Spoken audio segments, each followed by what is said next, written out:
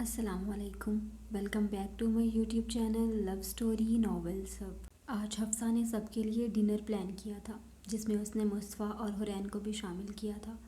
ویسے بھی بہت پریشانیوں کے بعد ان لوگوں کی زندگی میں کچھ سکون کے پل ملے تھے، اس لیے آج وہ سب ایک ساتھ موجود تھے۔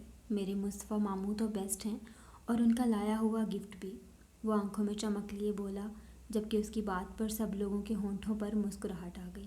آج سب کے ایک ساتھ ہونے پہ سب سے زیادہ خوشی جس کو تھی وہ ہاتھ تھا، اور اس کی خوشی کا سبب مصطفیٰ تھا۔ وہ مصطفیٰ کے آنے پہ ہمیشہ ایسے ہی خوش ہوتا تھا۔ پچھلے کچھ دنوں سے اس کی غیر موجودگی سے وہ اداس تھا، مگر آج اپنے ماموں کو دیکھ کر وہ جیسے کھل سا گیا تھا۔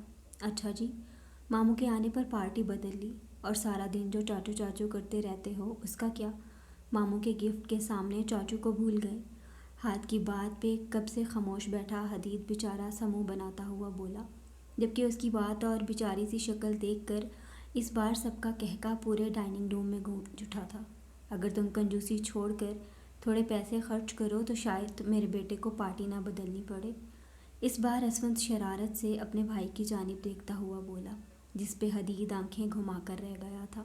نہیں نہیں حدید چاچو، آپ بھی بیسٹ ہیں۔ آپ میرے ساتھ میرے فیوریٹ گیمز کھیلتے ہیں، اور مصطفیٰ ماموں میرے لیے میری پسند کے تحفے لاتے ہیں، اس لیے آپ دونوں بیسٹ ہیں۔ وہ اپنے چاچو کا اداس چہرہ نہیں دیکھ سکتا تھا، کیونکہ اس کے لیے دونوں ہی عزیز تھے، اس لیے فوراً اس کی سائیڈ لی تھی۔ کیا میں بھی تمہاری اس بیسٹ لسٹ میں شامل ہو سکتا ہوں؟ حدید، جو ان لوگوں کو کوئی جواب دینے والا تھا، انجانی آواز پہ اس کے ساتھ ساتھ سب نے داخلی دروازے کی جانب دیکھا تھا۔ ہارون کے ساتھ رخسار بیگم کو وہاں کھڑا دیکھ سب حیران ہوتے ہوئے اپنی جگہ سے اٹھ کھڑے ہوئے تھے۔ امی، آپ آ گئیں؟ حفصہ تیزی سے اپنی ماں کی طرف لپکی اور ان کے سینے سے جا لگی تھی۔ ایک سکون تھا جو دونوں کو خود میں اترتا ہوا محسوس ہو رہا تھا۔ جب مجھے معلوم ہوا کہ اس گھر میں میری ایک نہیں دو بیٹیاں ہیں تو میں خود کو یہاں آنے سے روک نہیں پائی۔ وہ حفصہ کو خود سے الگ کرتی ہوئی دور کھڑی حرین کو محبت بھری نظروں سے دیکھتی ہوئی بولی۔ جب حفصہ نے انہیں فون پر حرین کے بارے میں بتایا تو وہ کتنے ہی لمحے سخت کھڑی رہی تھیں۔ انہیں تو پہلے ہی شک تھا کہ ان کے شوہر نے ان سے زرین اور حرین کے بارے میں یقیناً جھوٹ بولا ہوگا، اور آج ان کا شک سچ ثابت ہوا تھا۔ دور کیوں کھڑی ہو حرین؟ یہاں آؤ، اپنی تائی جان کے گلے نہیں لگو گی؟ وہ اپنی باہیں پھیلائے بہت محبت سے اسے پکار رہی تھیں، اور ان کی اتنی محبت دیکھ کر حرین تڑپ کے ان کے سینے سے آ لگی تھی۔ آج پہلی بار اس نے ماں کی محبت کو محسوس کیا تھا۔ رخسار بیگم کتنی ہی دیر تک اسے اپنے سینے سے لگائے کھڑی رہی تھیں۔ انہیں یہ افسوس تھا کہ وہ زرین اور حرین کے لیے کچھ نہیں کر سکی تھیں، مگر آج حور کو دیکھ کر ان کے دل کو بہت سکون ملا تھا۔ یہ منظر دیکھ کر وہاں موجود سبھی کی آنکھیں نم ہوئی تھیں۔ سب حرین کے لیے بہت خوش تھے۔ میں جانتا ہوں کہ میں ایک اچھا بھائی کبھی نہیں بن پایا، اپنی بہن کو تحفظ نہیں دے پایا جو ایک بھائی سے اسے ملتا ہے۔ رخسار بیگم نے جب حرین کو خود سے الگ کیا تو کب سے خاموشی سے یہ منظر دیکھتا ہارون حفصہ سے مخاطب ہوا، جو حرین کے آنسو صاف کر رہی تھی۔ اس کی بات پہ حفصہ کے ساتھ حرین بھی اس کی طرف متوجہ ہوئی تھی۔ پر کیا تم اپنے بھائی کو معاف کر کے مجھے ایک اور موقع دو گی، کیونکہ میں تم دونوں کے لیے ایک اچھا بڑا بھائی بننا چاہتا ہوں؟ وہ شرمندگی سے حفصہ کی طرف دیکھ کر بولا۔ اپنے باپ کی باتوں میں آ کر اس نے کبھی اپنی بہن کی طرف توجہ نہیں دی تھی۔ اس دن جب عصمت حفصہ کو گھر لے کر آیا تھا تب پہلی بار اسے اپنی غلطی کا احساس ہوا تھا، اور اس کا احساس بڑھ گیا جب اسے اپنے باپ کی حرکتوں کے بارے میں معلوم ہوا۔ وہ کبھی سوچ بھی نہیں سکتا تھا کہ اس کا باپ اتنی گھٹیا حرکت بھی کر سکتا ہے، اس لیے آج وہ یہاں موجود تھا تاکہ اپنی غلطی کی معافی مانگ سکے اپنی بہن سے۔ آپ ایک اچھے بھائی ہو ہارون بھائی، آپ کو بدلنے کی ضرورت نہیں ہے، اور ویسے بھی غلطیاں انسان سے ہی ہوتی ہیں۔ آپ کو مجھ سے معافی مانگنے کی ضرورت نہیں ہے، مجھے آپ سے کوئی شکایت نہیں ہے۔ اس کو شرمندہ دیکھ کر حفصہ نے آگے بڑھ کر اس کے ہاتھوں کو مضبوطی سے تھام لیا۔ اس کی بات سن کر ہارون نے خوش ہوتے ہوئے حفصہ کے ساتھ حرین کو بھی اپنے گلے لگا لیا، جس پہ سبھی مسکرا دیے تھے۔ یہاں تو بہن بھائی کا ملن ہو رہا ہے، اور مجھے لگتا ہے یہاں میری کمی تھی جسے میں پورا کرنے آئی ہوں۔ رباب کی آواز پہ اس بار پھر سب نے دروازے کی جانب دیکھا تھا، جو چہرے پہ طنزیہ مسکراہٹ لیے سب کو دیکھ رہی تھی، جبکہ اس کی موجودگی سے اسفند کے ساتھ مصطفیٰ کے ماتھے پر بل پڑ گئے تھے۔ تمہاری کمی نہ تو کبھی تھی اور نہ ہوگی، اس لیے بہتر ہے تم یہاں سے چلی جاؤ۔ مصطفیٰ غصے میں دن دناتا اس کے پاس آیا اور سختی سے اس کا بازو کھینچ کر اسے وہاں سے نکالنا چاہا تھا، میں تمہاری بہن ہوں، تم میرے ساتھ ایسا رویہ نہیں رکھ سکتے۔ سب کچھ اس کے ہاتھوں سے نکل چکا تھا، اس لیے آج وہ یہاں اسفند سے بس اپنا بیٹا مانگنے آئی تھی، مگر سب کے سامنے اپنی اتنی تذلیل پہ اس کا چہرہ شرم سے سرخ ہو گیا تھا۔ صحیح کہا، تم میری بہن ہو اس لیے تمہارے ساتھ ایسا کر رہا ہوں۔ جو گھٹیا حرکت تم کر چکی ہو، اس کے بعد اگر تمہاری جگہ کوئی اور ہوتا تو وہ اس وقت زندہ نہ ہوتا۔ وہ اس کو بازو سے کھینچتا ہوا وہاں سے لے کر نکلا تھا۔ اس کے پیچھے سب لوگ تھے۔ ہاتھ چھوڑو میرا مصطفیٰ، بس یہاں اپنے بیٹے کو مانگنے آئی ہوں، مجھے بس میرا بیٹا دے دو، تم لوگوں کی زندگی سے دور چلی جاؤں گی۔ وہ اس کی گرفت سے اپنا بازو آزاد کرانے کی کوشش کرتی ہوئی بولی، مگر اس کی پکڑ بہت سخت تھی۔ کورٹ کا آرڈر تمہیں سمجھ نہیں آتا؟ تمہارا اب اس پہ کوئی حق نہیں ہے، اس لیے تم یہاں سے چلی جاؤ اکیلی، پھر کبھی یہاں لوٹ کر مت دیکھنا۔ مصطفیٰ نے بہت بے دردی سے رباب کو دروازے کے باہر دھکا دیا، جس پہ وہ زمین پہ گری تھی۔ اپنے بھائی کی آنکھوں میں نفرت دیکھ کر پہلی بار رباب کی آنکھوں میں آنسو آئے تھے۔ سب کو رباب کے حالات پر رحم تو آ رہا تھا، مگر مصطفیٰ کا غصہ دیکھ کر کسی میں آگے بڑھنے کی ہمت نہیں تھی۔ آج سے تم سے میرا ہر رشتہ ختم، اور میں ایسی خود غرض لڑکی کا بھائی نہیں بننا چاہتا جو اپنے فائدے کے لیے کسی کی زندگی کے بارے میں بھی نہ سوچے۔ اس لیے آج سے تمہارے لیے تمہارا بھائی مر گیا، ہماری زندگی سے چلی جاؤ، ہمیشہ کے لیے۔ وہ اس کے منہ پہ زوردار آواز کے ساتھ دروازہ بند کرتا ہوا پلٹا اور اپنی آنکھوں میں آئے آنسوؤں کو بے دردی سے صاف کرتا سب کی طرف دیکھے بغیر ڈائننگ روم کی طرف بڑھ گیا۔ کیا بات ہے حورین، میں نوٹ کر رہا ہوں جب سے ہم وہاں سے واپس آئے ہیں تو تم اداس لگ رہی ہو، کسی نے کچھ کہا ہے تم سے؟ وہ بیڈ پہ نیم دراز لیٹا اس پہ نظریں جمائے ہوئے بولا، جو ڈریسنگ کے سامنے بیٹھی بے دلی سے اپنی چوڑیاں اتار رہی تھی۔ جب سے وہ لوگ اسفند کے گھر سے واپس آئے تھے تب سے حورین بالکل خاموش تھی، سارا راستہ اس نے کوئی بات نہیں کی تھی۔ اب اس کی خاموشی سے گھبرا کر وہ اپنے من میں چلتا سوال پوچھ بیٹھا تھا۔ آج میرا وہاں رکنے کا بہت من تھا اور سب لوگ بھی کتنا اصرار کر رہے تھے، پر آپ نے کسی کی نہیں سنی، خود تو آ گئے، ساتھ میں مجھے بھی لے آئے۔ مصطفیٰ کی آواز پہ اس کا ہاتھ ایک لمحے کے لیے رکا اور آئینے میں نظر آتے اس کے عکس کو دیکھ کر تھوڑا ناراضگی سے بولی۔ اس کی خاموشی کی وجہ جان کر مصطفیٰ کھل کر مسکرایا تھا۔ یہاں ادھر آؤ میرے پاس، وہ ہاتھ بڑھا کر اس کو اپنے قریب آنے کا اشارہ کرتا ہوا بولا، تو حورین چہرے پہ ناراضگی لیے اپنی جگہ سے اٹھ کر اس کی جانب بڑھی تھی۔ وہ جانتی تھی احتجاج کرنے کا کوئی فائدہ نہیں تھا، اگر وہ منع کرتی تو وہ اسے اپنے طریقے سے اپنے پاس لے آتا، جو یقیناً اس کے لیے اچھا نہیں تھا۔ تم 10 دن اپنی بہن کے پاس رہ کر آئی ہو، اس کے بعد بھی تمہارا دل نہیں بھرا، جو آج بھی وہاں رکنا چاہتی تھی۔ مصطفیٰ نے اس کی کلائی تھام کر بغیر اس کو کوئی موقع دیے ایک جھٹکے میں اسے اپنی جانب کھینچا تھا۔ حورین جو اس حملے کے لیے تیار نہیں تھی، اپنا بیلنس برقرار نہ رکھ سکی اور سیدھا اس کے سینے پر آ کر گری تھی۔ یا پھر تمہیں اپنے شوہر کے قریب رہنا پسند نہیں ہے؟ وہ اپنے ایک ہاتھ سے اس کی کمر پر گرفت مضبوط کر کے دوسرے ہاتھ سے اس کے چہرے پہ آئے بالوں کو پیچھے کرتا ہوا تھوڑا خفگی سے بولا تھا، نہیں، ایسی بات نہیں ہے۔ وہ وہاں سب تھے تو اس لیے میرا دل چاہ رہا تھا کہ میں ان کے ساتھ اور وقت گزاروں۔ اس کی اتنی قربت پہ حورین کو اپنا چہرہ سرخ ہوتا ہوا محسوس ہو رہا تھا۔ دھڑکن یکدم تیز ہوئی تھی۔ کل تک مجھے لگتا تھا میں بالکل تنہا ہوں، میرا کوئی رشتہ موجود نہیں ہے، مگر اب مجھے ایک بہن، ایک بھائی اور ایک ماں مل چکی ہے، میری فیملی کمپلیٹ ہو گئی ہے۔ وہ جانتی تھی وہ اس کی بات سے خفا ہو گیا ہے، اس لیے وہ نظریں جھکائے اس کی شرٹ کے بٹن سے کھیلتی ہوئی نرم لہجے میں بول رہی تھی، بس اس لیے تھوڑا سا وقت ان کے ساتھ گزارنا چاہتی تھی۔ اس بار اس نے نظریں اٹھا کر دیکھا تو وہ مصطفیٰ کی خود پہ جمی گہری نظروں کو محسوس کر کے گڑبڑا سی گئی، اور ساتھ ہی اس نے اس کے اوپر سے اٹھنا چاہا، مگر وہ اتنی جلدی اسے چھوڑنے کے موڈ میں نہیں تھا۔ تمہاری تو فیملی کمپلیٹ ہو گئی، مگر میری فیملی تو ابھی انکمپلیٹ ہے، اسے کب پورا کرنے کا ارادہ ہے تمہارا؟ اس بار وہ اس کے نازک وجود کو مکمل اپنے حصار میں لیتا ہوا شرارت سے بولا، مگر حورین اس کی شرارت سمجھ نہیں پائی تھی۔ اگر رباب آپی سدھر جائیں اور سب سے معافی مانگ لیں تو آپ کی بھی فیملی کمپلیٹ ہو جائے گی۔ وہ معصومیت سے بولتی مصطفیٰ کو اپنے دل میں اترتی ہوئی محسوس ہوئی تھی۔ میں رباب کی بات نہیں کر رہا میری ناسمجھ بیوی۔ اس بار وہ اس کے نازک وجود کو بہت احتیاط سے بیڈ پہ لٹاتا اس کے اوپر جھکا تھا۔ اس کی اس حرکت پہ حورین کی گھبراہٹ میں مزید اضافہ ہوا۔ وہ اپنے خوش لب تر کرتی ناسمجھی سے اس کی طرف دیکھنے لگی تھی۔ میں اپنی فیملی کی بات کر رہا ہوں، جس میں میں ہوں، تم ہو اور ہمارے چھوٹے چھوٹے 4-5 بچے۔ تب جا کر ہوگی نا میری فیملی کمپلیٹ۔ وہ مزے سے اسے بتا رہا تھا، جبکہ اس کے منہ سے بچوں کا سن کر حورین کا چہرہ ٹماٹر کی طرح لال سرخ ہو چکا تھا، جسے چھپانے کے لیے وہ مصطفیٰ کے سینے میں اپنا چہرہ چھپا گئی تھی۔ آپ کتنے بے شرم ہیں مصطفیٰ! اس کی شرمائی اور گھبرائی ہوئی آواز پہ مصطفیٰ کھل کے مسکرایا اور اس کا چہرہ تھام کر اپنے سامنے کیا تھا۔ بے شرمی کی کیا بات ہے بیوی، 4-5 بچے تو مجھے چاہیے، وہ شرارت سے کہتا اس کے چہرے پہ جھکا اور بہت ہی نرمی سے اس کے لبوں کو چھوا تھا۔ اس کی شرارت پر حورین سختی سے اس کی شرٹ کو اپنی مٹھی میں جکڑ چکی تھی۔ تو بتاؤ، راضی ہو 4-5 بچوں کے لیے؟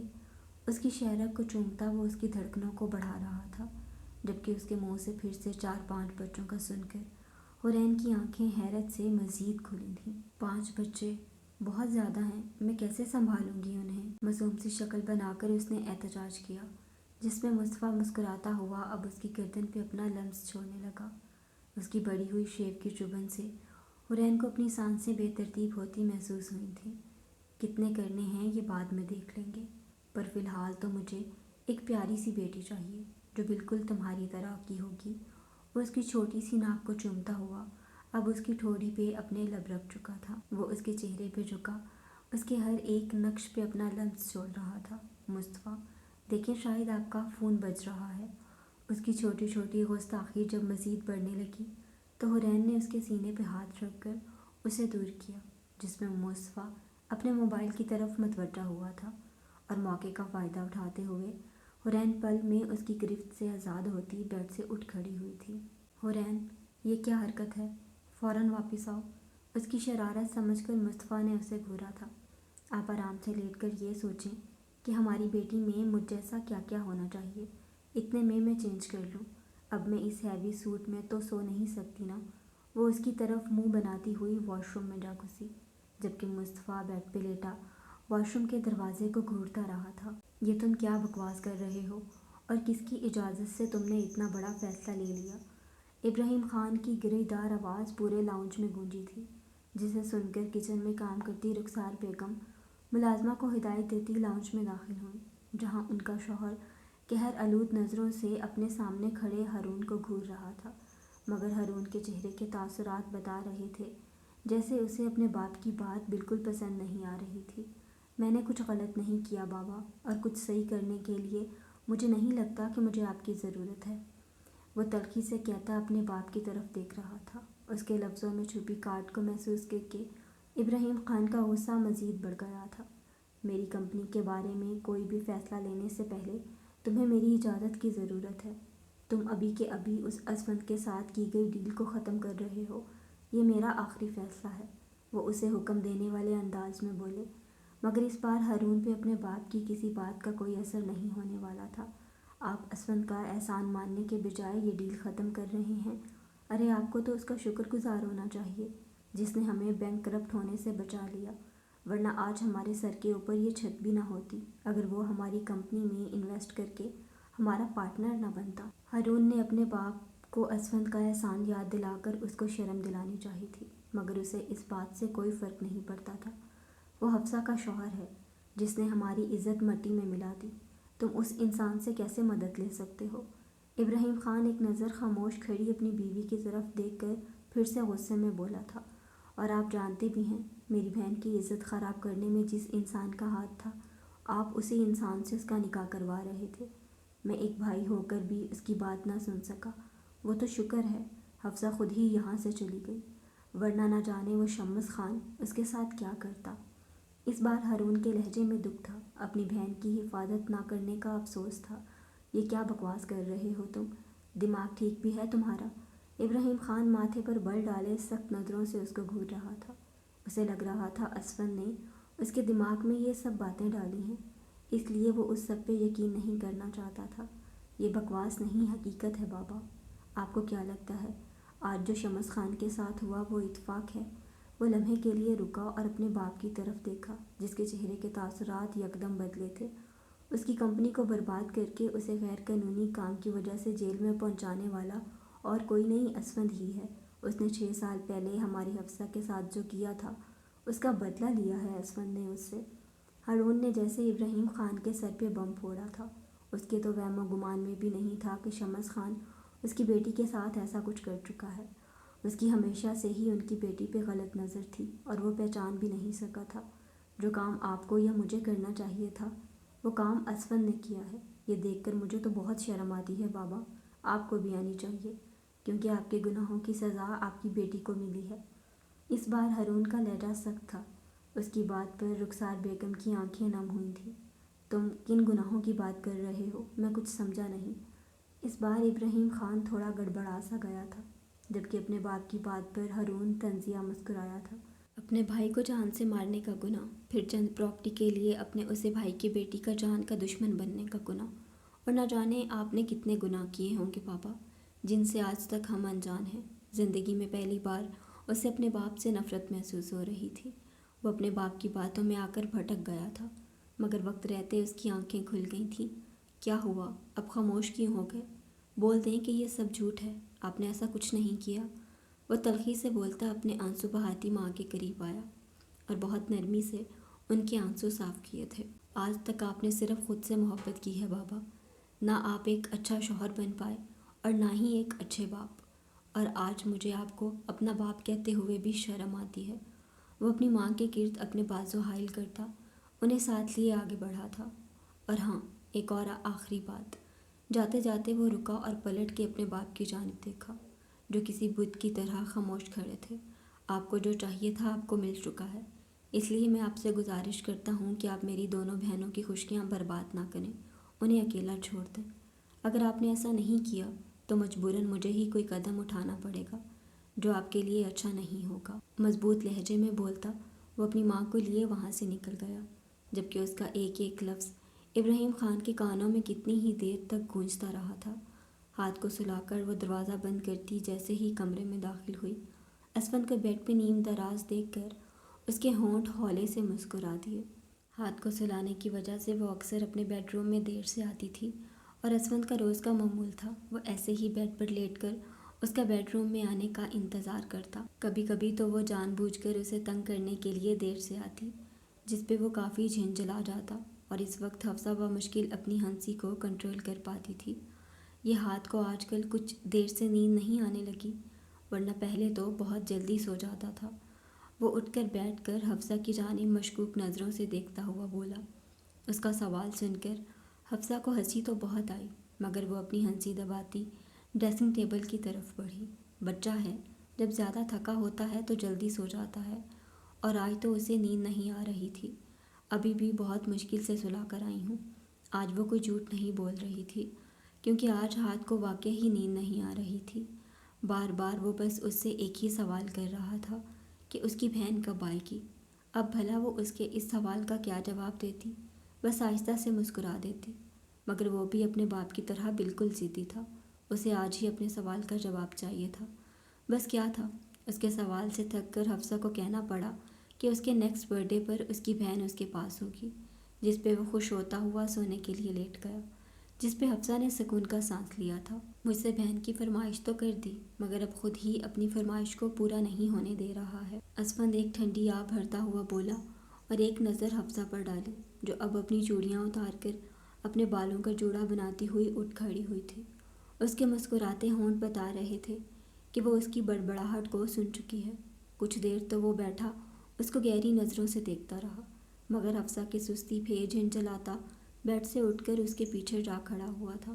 بہت ہنسی آ رہی ہے نا میری حالت پہ، جبکہ تم اچھی طرح جانتی ہو تمہیں تمہاری یہ ہنسی بہت مہنگی بھی پڑ سکتی ہے۔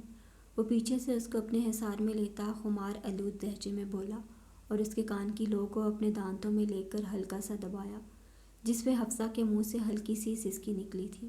بہت برے ہو تم اسفند، کوئی ایک موقع نہیں چھوڑتے مجھے تنگ کرنے کا۔ وہ آئینے میں اس کی طرف دیکھتی ہوئی بولی، جب اس کے بالوں میں اپنا چہرہ چھپائے اس کی خوشبو کو خود میں اتار رہا تھا۔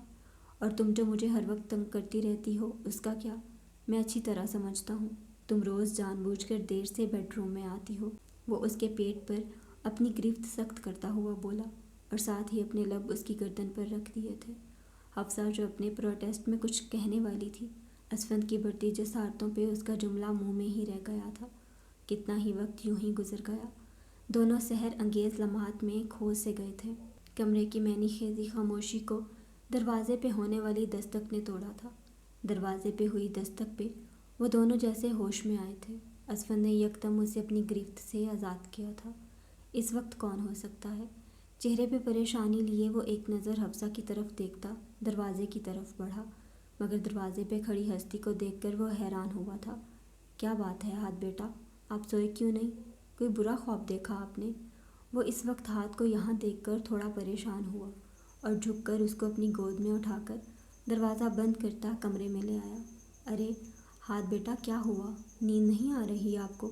اس کو جاگتا ہوا دیکھ کر حفصہ بھی پریشانی سے اس کی طرف بڑھی تھی۔ ڈیڈ اور ماما، میں آپ دونوں سے ایک بہت ضروری بات کرنے آیا ہوں اور اس کو کیے بغیر مجھے نیند نہیں آئے گی۔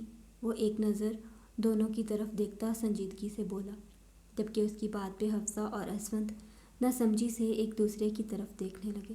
جانے ایسی کیا بات تھی جو وہ کرنے والا تھا؟ ایسی کون سی ضروری بات ہے بیٹا جسے کیے بغیر آپ کو نیند نہیں آ رہی ہے؟ اسفند اس کو گود میں لیے بیڈ پہ آ بیٹھا اور حفصہ کو بھی بیٹھنے کا اشارہ کیا، جس پہ وہ بھی اس کے برابر میں بیٹھ چکی تھی۔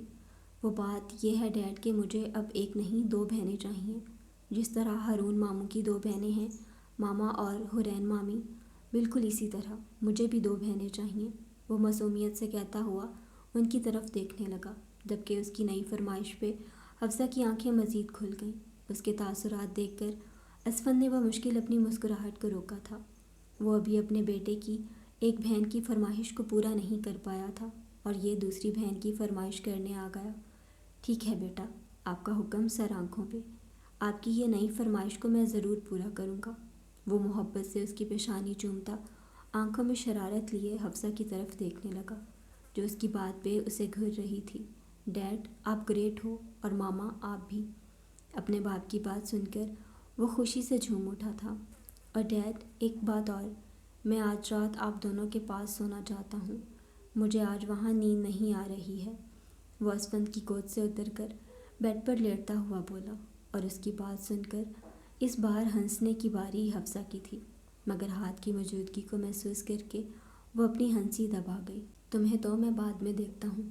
وہ اپنی جگہ سے اٹھتا ہوا حفصہ کے کان میں سرگوشی کے انداز میں بولا اور لائٹ بند کرتا اپنی جگہ پہ جانے لگا تھا کہ ٹیبل پہ رکھا اس کا موبائل بج اٹھا۔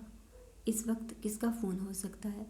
وہ اسے حیرانی ہوئی تھی وقت دیکھ کر، جبکہ حفصہ جو لیٹ چکی تھی موبائل کی آواز سن کر اٹھ بیٹھی تھی۔ ہاں بولو ہارون، اس وقت فون کیوں کیا؟ سب خیریت تو ہے نا؟ ہارون کی کال ریسیو کرتے ہی وہ پریشانی سے بولا، مگر جواب میں ہارون نے جو کہا اسے سن کر وہ اپنی جگہ سخت کھڑا رہ گیا تھا۔ ٹھیک ہے، ہم آ رہے ہیں، تم حوصلہ رکھو۔ فون کٹ کرتا وہ مڑا ہی تھا، مگر حفصہ کو اپنے پیچھے کھڑا دیکھ کر رکا تھا۔ کیا ہوا؟ کیا کہہ رہے تھے ہارون بھائی؟ اس کے انداز میں بے چینی صاف ظاہر ہو رہی تھی، جو اسفند بخوبی محسوس کر سکتا تھا۔ تمہارے بابا کا بہت برا ایکسیڈنٹ ہوا ہے، ان کے بچنے کی امید نہیں ہے، ہمیں جلدی چلنا ہوگا۔ اسفند نہ جانے اور کیا کہہ رہا تھا، مگر حفصہ تو یہ خبر سن کر اس کی باہوں میں جھول گئی تھی۔ اگر تم یہاں میری حالت کا مذاق بنانے آئی ہو یا پھر مجھ پہ ترس کھانے آئی ہو تو یہاں سے فوراً چلی جاؤ، وہ جیل کی 4 دیواری پہ نظریں جمائے سخت لہجے میں بولا۔ اس نے ایک بار بھی آنے والے کی طرف پلٹ کر دیکھنے کی کوشش نہیں کی تھی۔ جو خود قابل رحم ہے وہ دوسروں کا کیا مذاق بنائے گی؟ اس لیے تم فکر مت کرو، میں یہاں تمہارا مذاق بنانے یا تم پر ترس کھانے نہیں آئی ہوں۔ آج اس کے لہجے میں کسی قسم کی کاٹ نہیں تھی، طنز نہیں تھا، جسے شمس خان بخوبی محسوس کر سکتا تھا۔ تو تم یہاں کیوں آئی ہو؟ چلی جاؤ یہاں سے، میں تمہاری شکل تک دیکھنا نہیں چاہتا، تم سے بات کرنا تو دور کی بات ہے۔ آج اگر میں اس حالات میں ہوں تو اس کی وجہ صرف تم ہو رباب زمان شاہ، صرف تم۔ اس بار جھٹکے سے اس کی جانب پلٹتا وہ غر آیا تھا، جبکہ اس کا اتنا شدید رد عمل دیکھ کر رباب ایک لمحے کے لیے گھبرا سی گئی تھی۔ جو کچھ ہم نے کیا تھا ساتھ مل کر کیا تھا، مگر اس کی سزا صرف مجھے ملی ہے اور تم آرام سے اپنی زندگی گزار رہی ہو اور میں یہاں اس قید میں ہوں۔ وہ یہ بات اچھی طرح جانتا تھا کہ اس کے غیر قانونی کام کی خبر پولیس تک پہنچانے والا اور کوئی نہیں اسفند ہی تھا۔